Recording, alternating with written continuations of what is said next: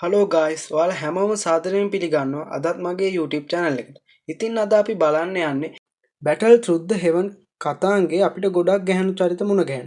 හැබැයි මේ හැමෝටම වඩා සුවිශේෂී ඒ වගේම ප්‍රබල ප්‍රෞෂ්‍යයක් තියෙන චරිතයක් තමයි Queen Medusa. ගොඩක් අය දන්නේ එයාගේ ලස්සන ගැන විතරයි. හැබැයි මේ ලස්සනට යටින් තියෙන අභිමානය සහ එයා තමන්ගේ ජනතාව වෙනුවෙන් කරපු කැපකිරීම ගැන අද අපි කතා කරමු. She call me Luda, bitch, I roll out with my shooters. She wanna fuck me in a Plymouth Barracuda. I got my gun on, yeah, she know I'm මෙඩූසා කියන්නේ ස්නේක් පීපල් ගෝත්‍රයේ රැජින. එයාට තිබුණේ හරිම අමාරු වගකීමක්. මොකද එයාගේ ජනතාව හිටිය හරිම කටුක කාන්තාරයක හිර වෙලා. එතනින් එයාගේ ගෝත්‍රය බේරගන්න නම් එයාට ප්‍රබල ශක්තියක් අවශ්‍ය වුණා. අන්න ඒ නිසා තමයි එයා ග්‍රීන් ලෝටස් ක්‍රෝ ෆ්ලේම් එක පාවිච්චි කරලා තමන්ගේ ශරීරය පරිණාමය කරන්න තීරණය කරන්නේ. සාමාන්‍යයෙන් කෙනෙක් හෙමන්ලි ෆ්‍රේම් එකක් ස්පර්ශ කළත් අළු වෙලා යනවා. හැබැයි මෙඩූසා තමන්ගේ සර්ප සිරුර ඒ දරුණු ගින්නට භාජනය කළේ තමුන්ට මැරෙන්න වෙන බව දැනම.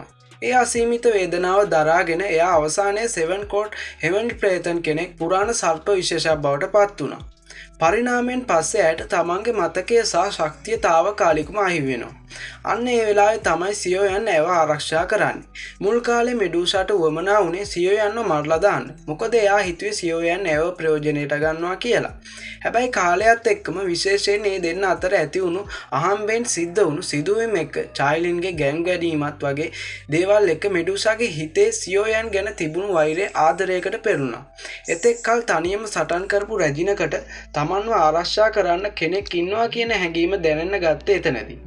අද වෙද්දි මෙඩූසා හෙවත් චායිලින් සියෝයන්ගේ ශක්තිමත්ම කුළුණක් වෙනවා. ඇය දැන් හුදෙක් සටන්කාරියක් විතරක් නෙවෙයි. ඇය ආදරණීය මවක්. තමන්ගේ දියෝනිය වන සියාවෝ සයාව වෙනුවෙන් ඇය ඕනෑම කැපකිරීමක් කරන්න සූදානම්. දැන් ඇය ලූෂෙන් ශක්ති මට්ටමේ ඉන්න ප්‍රබල චරිතයක්.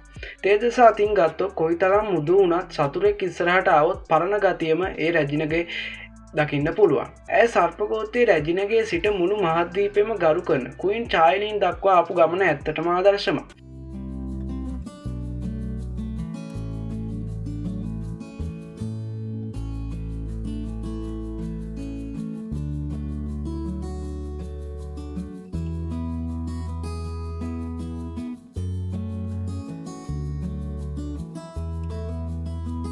ඉතින් ඔයාලා වැඩිපුරම කැමති මෙඩූසාගේ තේජවන්ත රැජින නැත් සියෝයන්ගේ සහකාරිය විදියට ඉන්න මුදු පෙනුමටද?